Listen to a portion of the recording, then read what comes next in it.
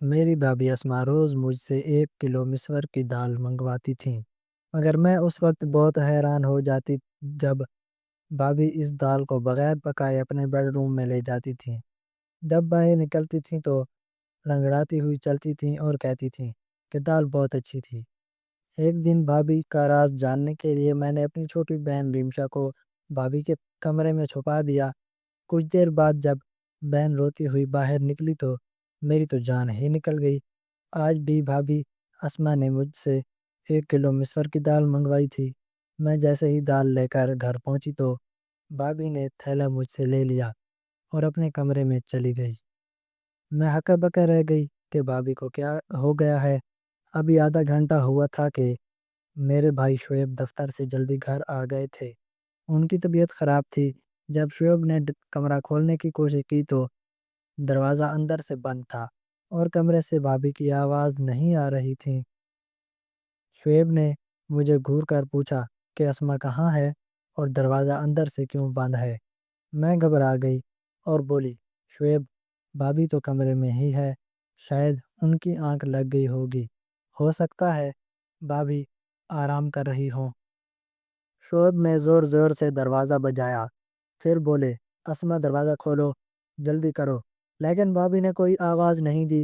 میں شعیب کا ہاتھ پکڑ کر انہیں باہر برآمدے میں لے آئی اور بولی، آپ یہاں بیٹھ جائیں، میں دروازہ کھلوانے جاتی ہوں۔ اب میں نے زور زور سے دروازہ پیٹنا شروع کر دیا اور ساتھ ساتھ کہتی رہی کہ بھابھی دروازہ کھولو، شعیب آرام کرنے کے لیے گھر آئے ہیں، ان کی طبیعت کچھ ٹھیک نہیں ہے۔ لیکن اندر اتنی خاموشی تھی کہ کوئی ہلچل ہی نہیں ہو رہی تھی۔ میں شعیب کے پاس آ کر بیٹھ گئی۔ ان کا چہرہ غصے سے لال ہو رہا تھا۔ میں بولی، شعیب، آپ میرے کمرے میں آرام کر لیں، ہو سکتا ہے بھابھی سو گئی ہوں، ریمشا بھی تو سو رہی ہے نا۔ شعیب نے نہ میں سر ہلایا اور مجھ سے بولے کہ تم یہاں سے جاؤ، تم بھی آرام کر لو۔ لیکن میں شعیب کے پاس ہی بیٹھی رہی۔ تبھی شعیب کے کمرے کا دروازہ کھلا اور بھابھی لنگڑاتے ہوئے باہر نکلنے لگی۔ شعیب ایک دم غصے سے اٹھے اور بھابھی پر چلاتے ہوئے بولے، کمرہ اندر سے بند کیوں کیا تھا؟ تم نہیں جانتی کیا میں اپنی 2 معصوم بہنیں تمہارے حوالے کر کے کام کے لیے ہر بار جاتا ہوں؟ تم تو ہر روز یہی سب کرتی ہوگی۔ تم نے میری بہنوں کو اپنا سمجھا ہی نہیں۔ میں خود 16 سال کی عمر اور ڈرپوک سی لڑکی تھی۔ شعیب کے غصے کو دیکھ کر میں خود ہی ڈر گئی تھی، مگر پھر بھی میں آگے بڑھی اور بولی، شعیب، آپ غلط سوچ رہے ہیں، بھابھی نے کبھی ہم کو پرایا نہیں سمجھا، وہ ماں کی طرح دونوں کا خیال کرتی ہیں۔ شاید آج بھابھی کی طبیعت خراب ہو، اس لیے وہ سو گئی ہوں۔ میری بات سن کر شعیب نے میرے سر پر ہاتھ پھیرے اور خود کمرے میں چلے گئے۔ بھابھی کی آنکھوں میں آنسو آ گئے اور انہوں نے مجھے گلے سے لگا لیا تھا۔ وہ بولی، شکریہ ریمشا۔ میں نے کہا، شکریہ کو چھوڑو، جلدی چلو بھابھی، کچن میں چل کر دال بناتے ہیں۔ بھابھی ایک پل کے لیے پریشان ہو گئی تھی۔ وہ بولی، ریمشا، دال تو میں نے کھا لی ہے، تم اپنے کمرے میں جا کر پڑھائی کرو۔ بھابھی لنگڑاتے ہوئے کچن میں چلی گئیں۔ میں حیران ہو کر وہیں کھڑی تھی کہ بھابھی نے مجھ سے جھوٹ کیوں بولا کہ انہوں نے دال کھا لی ہے، کیونکہ میں اپنی آنکھوں سے دیکھا تھا کہ وہ کچی دال کے اپنے کمرے میں لے گئی تھی۔ میں اپنے کمرے میں آ گئی اور پڑھتے پڑھتے نہ جانے کب میری آنکھ لگ گئی تھی اور پھر صبح کو گھبرا کر میری اچانک آنکھ کھلی۔ میرے ساتھ ساتھ ریمشا بھی جاگ گئی تھی اور اب ہم دونوں کچن میں جا کر بھابھی کی مدد کرنے لگے۔ آج بھابھی بھی مجھے بڑی بے چین اور کھوئی ہوئی سی لگ رہی تھی۔ شعیب بھی کچن میں آ چکے تھے۔ اب شعیب بھی ریلیکس لگ رہے تھے، بھابھی سے آرام سے باتیں کر رہے تھے۔ میں یہ سوچ کر یہ سب نظر انداز کر دیا تھا کہ یہ سب میرا وہم ہی ہوگا۔ صبح میں جلدی اٹھ کر کالج کے لیے تیار ہو گئی اور شعیب کے ساتھ ہی چلی گئی۔ وہ دفتر جاتے ہوئے مجھے بھی اپنے ساتھ لے جاتے تھے اور ریمشا ایک ہی کالج میں ایک ساتھ پڑھتے تھے۔ اس کی فرسٹ ایئر کے امتحان ہو چکے تھے۔ اس لیے اس کی چھٹیاں چل رہی تھیں، جبکہ میں سیکنڈ ایئر میں تھی اور میرے امتحان کے لیے ابھی 2 ماہ باقی تھے۔ کالج سے گھر آنے کے لیے میں بس کا سفر کر رہی تھی۔ میں جیسے ہی گھر پہنچی تو مجھے لگا جیسے بھابھی میرے انتظار میں ہی بیٹھی ہوں گی۔ وہ مجھے دیکھ کر فوراً بولی، رمشا جلدی سے یونیفارم بدلو اور مجھے 1 کلو مسور کی دال بنا دو۔ پھر وہ اپنے کمرے سے پیسے لینے کے لیے چلی گئی۔ بھابھی کی لنگڑاہٹ بھی ختم ہو چکی تھی۔ میں جلدی سے منہ ہاتھ دھو کر بھابھی کے پاس آ گئی۔ میں اسما بھابھی سے پیسے لے کر 1 کلو مسور کی دال لے آئی۔ آج میں نے بھابھی کو تھیلا پکڑا کر کہا، بھابھی آج آپ مسور کی دال چاول بنا لیجئے گا۔ بھابھی کے چہرے کا رنگ ایک پل کے لیے پھیکا پڑ گیا، پھر انہوں نے ہمیں سر ہلا دیا اور دال اپنے کمرے میں لے گئیں۔ مجھے ایک دم سے عجیب سا لگا کہ ایسے کیسے ہو سکتا ہے کہ کچی دال اپنے کمرے میں کون لے جاتا ہے۔ پھر میں یہی سب سوچتی ہوئی کہ اپنے کمرے میں آ گئی اور پڑھنے لگ گئی۔ شام کے وقت شعیب دفتر سے آئے تو میرے اور رمشا کے لیے کھانے پینے کا سامان لے آئے۔ شعیب کی آواز سن کر بھابھی بھی اپنے کمرے سے نکل کر آئیں اور وہ لڑکڑاتے ہوئے چل رہی تھیں۔ میں حیران رہ گئی کہ پہلے تو بھابھی کے پیر کی لنگڑاہٹ ختم ہو گئی تھی، اب دوبارہ کیوں لنگڑا رہی ہیں۔ مجھے بھابھی پر شک ہوا، کہیں شعیب کو دکھانے کے لیے تو نہیں کر رہی۔ لیکن جب میں نے بھابھی کے چہرے کی طرف دیکھا تو صاف صاف پتہ چل رہا تھا کہ وہ بڑی تکلیف میں ہے۔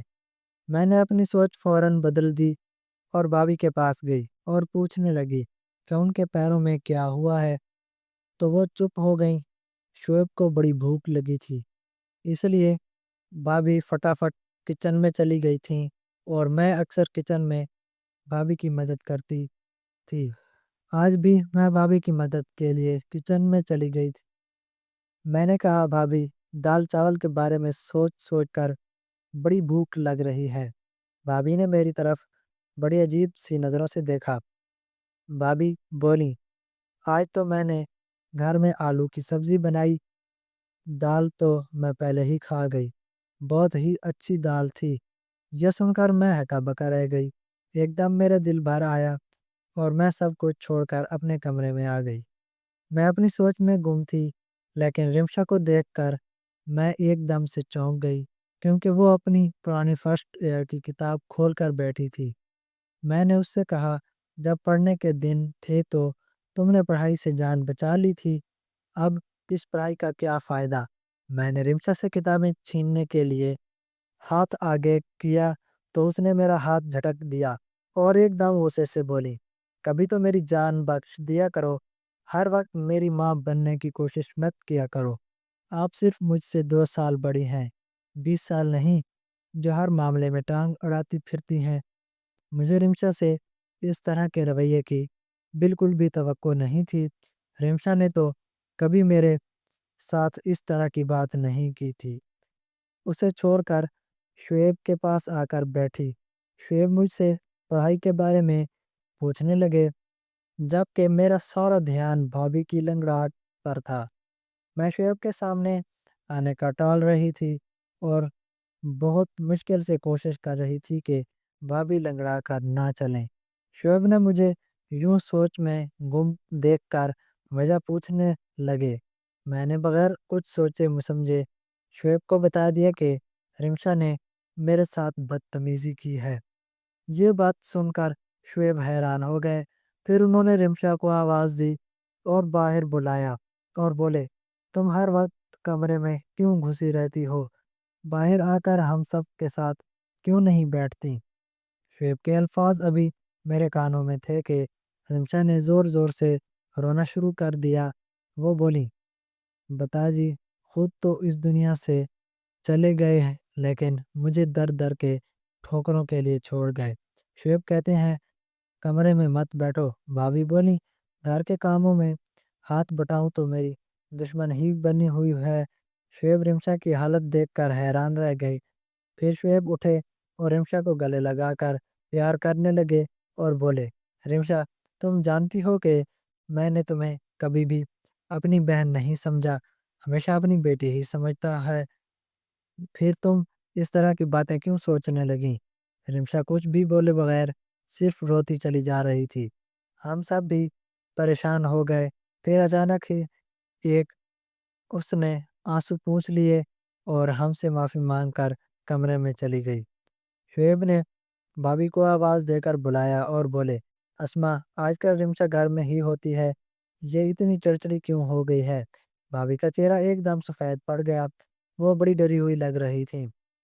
وہ بولی، وسیم، رمشا ہر وقت کمرے میں ہی بیٹھی رہتی ہے، اس لیے میں نے ایک دو بار اسے کہا تھا کہ گھر کے کاموں میں تھوڑی مدد کر دیا کر، لیکن اس طرح سے تم بور بھی نہیں ہوگی۔ شاید اسے میری بات بری لگی ہوگی۔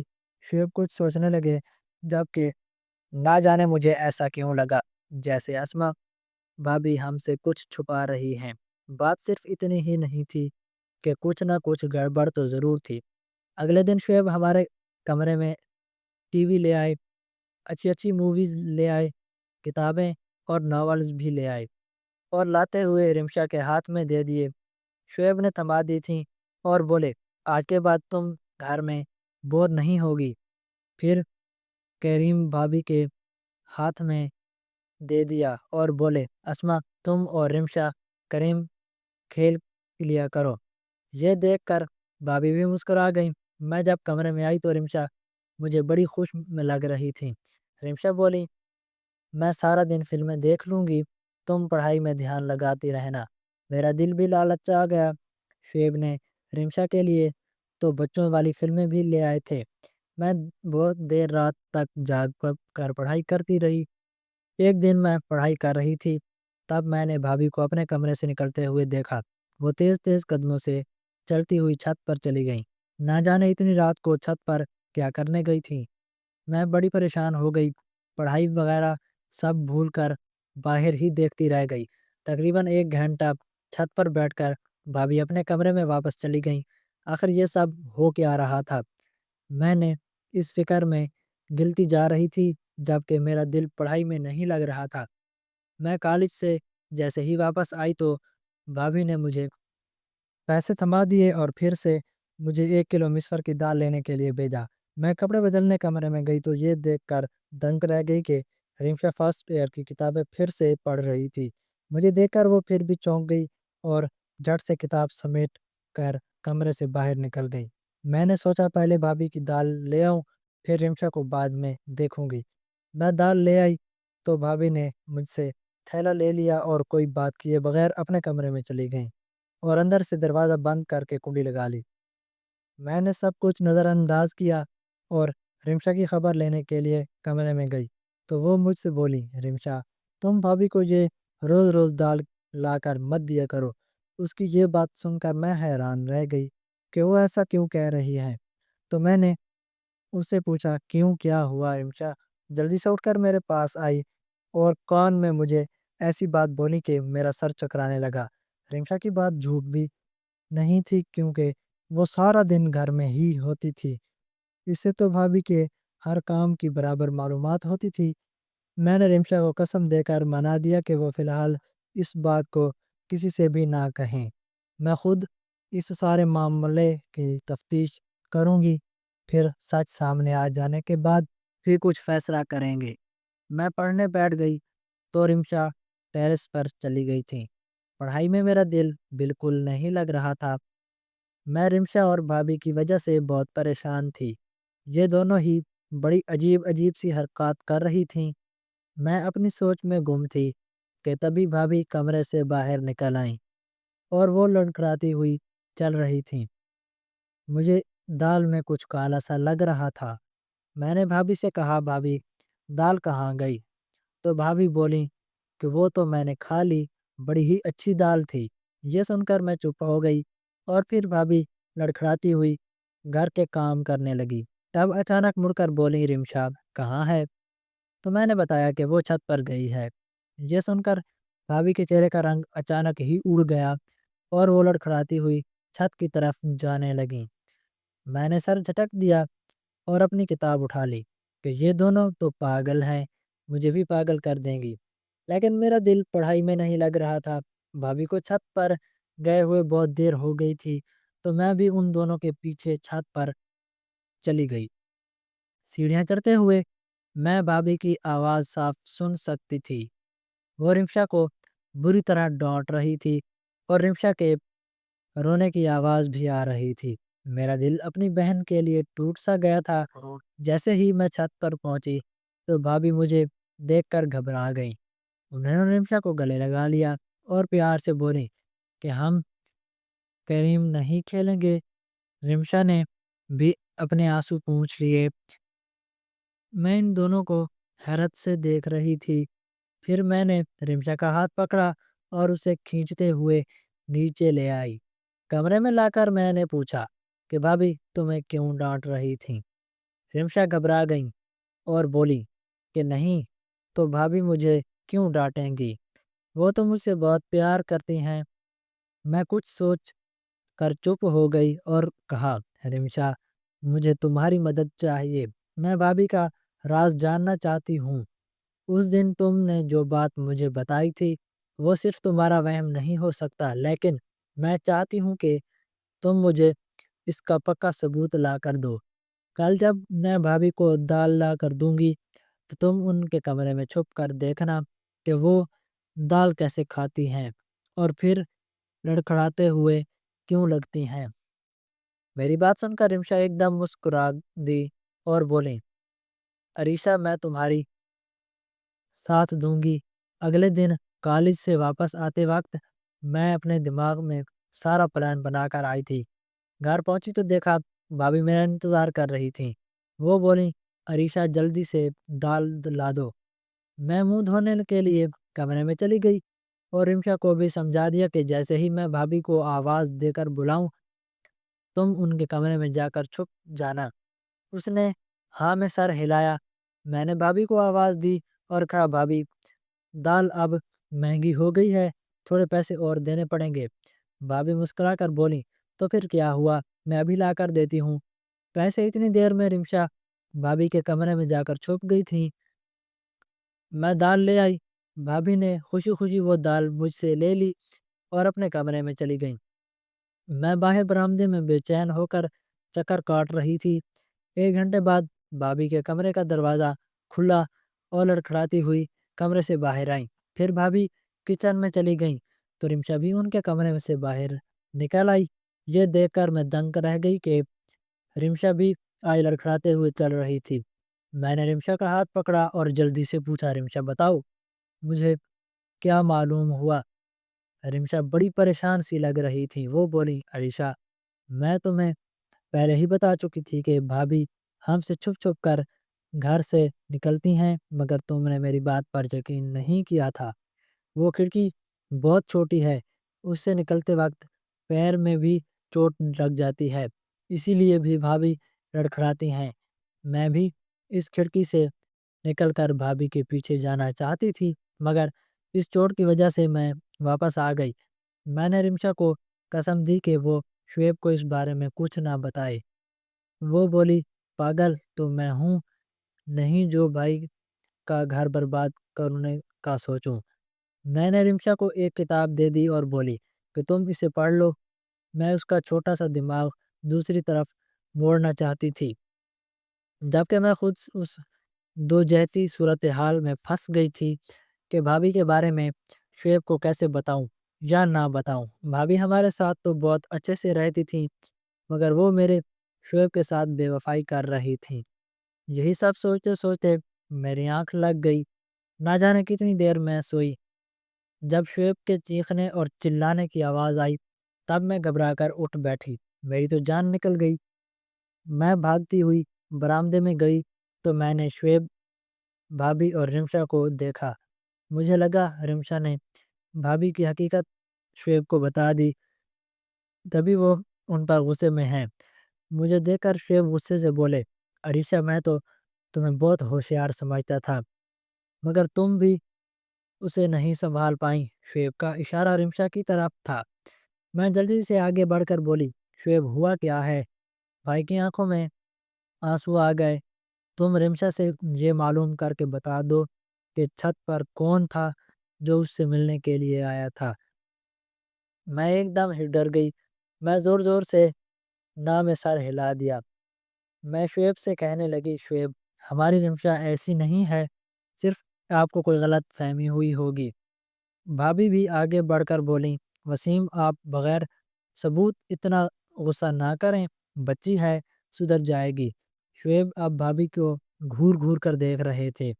وہ بولے، میں شادی کے پہلے دن ہی تمہیں بتا دیا تھا کہ یہ دونوں لڑکیاں صرف میری بہنیں نہیں ہیں بلکہ میں انہیں اپنی بیٹیاں بھی سمجھتا ہوں۔ تم ماں بن کر ان کی پرورش کر رہی ہو، اس طرح سے ان کی دیکھ بھال کی ہے۔ تم نے ان کا میں نے رمشا کا ہاتھ پکڑا اور اسے اپنے کمرے میں لے گئی۔ میں نے رمشا سے پوچھا، تم مجھے سب سچ سچ بتاؤ، آخر بات کیا ہوئی ہے؟ وہ روتے ہوئے بولی، بھابھی چاہتی ہے کہ ہم دونوں ان کے شوہر کا گھر چھوڑ کر چلی جائیں، اس لیے وہ یہ سب کر کے ہمیں کس شعیب کی نظر میں گرا دینا چاہتی ہے۔ میں بولی، تم فکر نہ کرو، جو گڑھا کھودنے والی ہے وہ خود ہی اس میں گر جائے گی۔ اگلے دن میں شعیب کے ساتھ کالج جانے لگی تو شعیب بڑے خاموش تھے، ان کی آنکھوں میں غصہ صاف دکھ رہا تھا۔ میں نے شعیب سے کہا، شعیب آج آپ آفس سے آدھی چھٹی لے کر مجھے کالج سے لینے کے لیے آ جائیں، میں ایک حقیقت آپ کے سامنے رکھنا چاہتی ہوں۔ شعیب کچھ کہے بغیر چل دیے، مگر یہ ان کی مہربانی تھی کہ وہ مجھے لینے کے لیے آئے۔ میں نے انہیں کہا کہ وہ گھر سے باہر ہی رہیں جب تک میں اشارہ نہ کروں۔ تبھی وہ آئے۔ میں جیسے ہی گھر پہنچی، بھابھی نے دال کا آرڈر دے دیا۔ تھوڑی دیر بعد جب میں دال لینے باہر نکلی تو شعیب آگے بڑھے اور بولے، کہاں جا رہی ہو؟ میں نے کہا، بس آپ چپ رہیں، آج حقیقت آپ کے سامنے آئے گی۔ میں دال لے کر گھر آئی تو بھابھی نے میرے ہاتھ سے دال کا تھیلا لیا اور کمرے میں چلی گئی۔ مجھے اس وقت انتظار تھا۔ میں جلدی سے گھر سے باہر آئی اور شعیب کو اپنے ساتھ لے کر گئی۔ میں نے کہا، شعیب آپ اپنے کمرے کا دروازہ کھولیں۔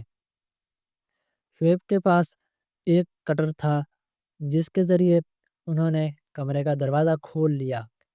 جب اندر داخل ہوئے تو بھابھی کمرے میں نہیں تھی، ان کے کمرے کی خفیہ کھڑکی کھلی ہوئی تھی۔ جب شعیب نے اس کھڑکی سے باہر دیکھا تو انہوں نے بھابھی نظر نہیں آئی، وہ تیز تیز چلتی ہوئی کہیں جا رہی تھی۔ شعیب بھی اس کھڑکی سے چھلانگ لگا دی، جبکہ میں اور رمشا بھی بڑی مشکل سے اس کھڑکی سے نیچے اتر پائے۔ ہم تینوں بھابھی کا پیچھا کرتے ہوئے دور ایک سنسان سی جگہ پہنچ گئے۔ ایک بابا کا گھر تھا جہاں لوگ تعویذ بنانے کے لیے آ جاتے تھے۔ تیز تیز چلتے ہوئے اچانک جب بھابھی نے پیچھے مڑ کر دیکھا تو ہم تینوں کو دیکھ کر حیرانی کے چہرے کا رنگ پیلا پڑ گیا۔ شعیب آگے بڑھے اور بھابھی کا ہاتھ پکڑ کر انہیں گھر لے آئے۔ شعیب کے طرز عمل بڑے خطرناک ہو چکے تھے۔ وہ بھابھی سے بولے، شیتل آج میں نے اپنی آنکھوں سے کچھ دیکھ لیا ہے، تو جھوٹ بولنے کا کوئی مطلب نہیں ہے، مجھے سچ سچ بتاؤ۔ تب بھابھی بولی، وسیم اللہ جانتا ہے میں نے آپ دونوں بہنوں کو اپنی بیٹیوں کی طرح ہی سمجھا ہے، مگر ان کی وجہ سے آپ مجھ پر شک کرتے ہیں کہ میں ان کا خیال نہیں رکھتی۔ ان کی وجہ سے آپ مجھے دو لفظ بھی سناتے تو مجھے یہ وہم ہو گیا کہ شاید آپ مجھ سے محبت نہیں کرتے۔ ایسا بھی لگتا تھا کہ جیسے آپ کسی اور سے محبت کرتے ہیں اور مجھے طلاق دے دیں گے۔ میں اپنی جان اپنی بڑی بہن سے اس بارے میں بات کی تو وہ کہنے لگی، ایک سادھو بابا ہیں جن کا منتر بہت طاقتور ہے، اس سے شوہر مٹھی میں آ جاتا ہے، اس لیے میں بابا سب سے چھپ کر ان کی مجلس میں جانے لگی۔ سادھو بابا نے کہا کہ پورے 30 دن تک 1 کلو مسور کی دال پر منتر کا استعمال کرنا ہے اور وہی دال نہر کے کنارے پھینک دینی ہے۔ مجھے یہ سب کرتے ہوئے پورے 25 دن ہو چکے تھے۔ میں آپ دونوں کے جانے کے بعد ہی اسی منتر کا پاٹھ کرتی تھی، جس کی وجہ سے رمشا پر دھیان نہیں رکھ سکتی تھی، مجھ سے چونک گئی۔ رمشا ہی اپنے علاقے کی آوارہ لڑکے رومی سے محبت کر بیٹھی تھی اور ان کے درمیان خطوط اور خط کتابت کا سلسلہ شروع ہو چکا تھا۔ مجھے رمشا پر شک ہوا، اس لیے میں آدھی رات کو اٹھ کر چھت پر گئی۔ تب مجھے رومی کا خط نظر آیا جس میں اس نے رمشا کی بہت تعریف کی تھی۔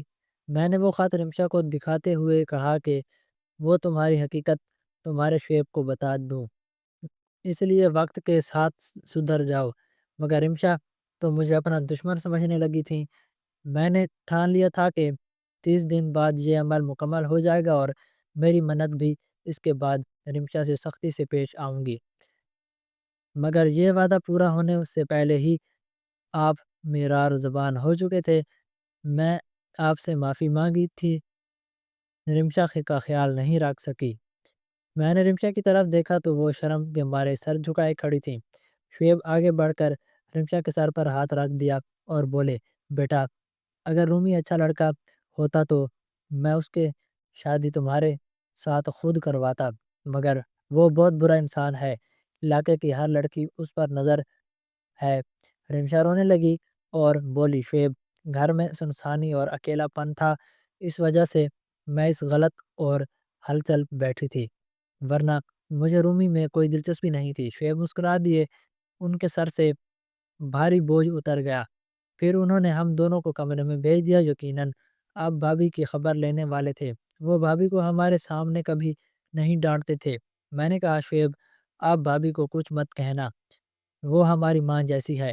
بھابھی روتے ہوئے ہم دونوں بہنوں کو گلے لگ گئیں اور پھر ہمارے گھر میں محنت کا خوشنما ماحول بن چکا تھا۔ دوستو، امید کرتا ہوں آپ کو آج کی ہماری کہانی پسند آئی ہوگی۔ اگر کہانی پسند آئی ہو تو ہمارے چینل شیپ سٹوریز کو سبسکرائب کر دیں۔ ملتے ہیں ایک نئی اور دلچسپ کہانی کے ساتھ، تب تک کے لیے اللہ حافظ۔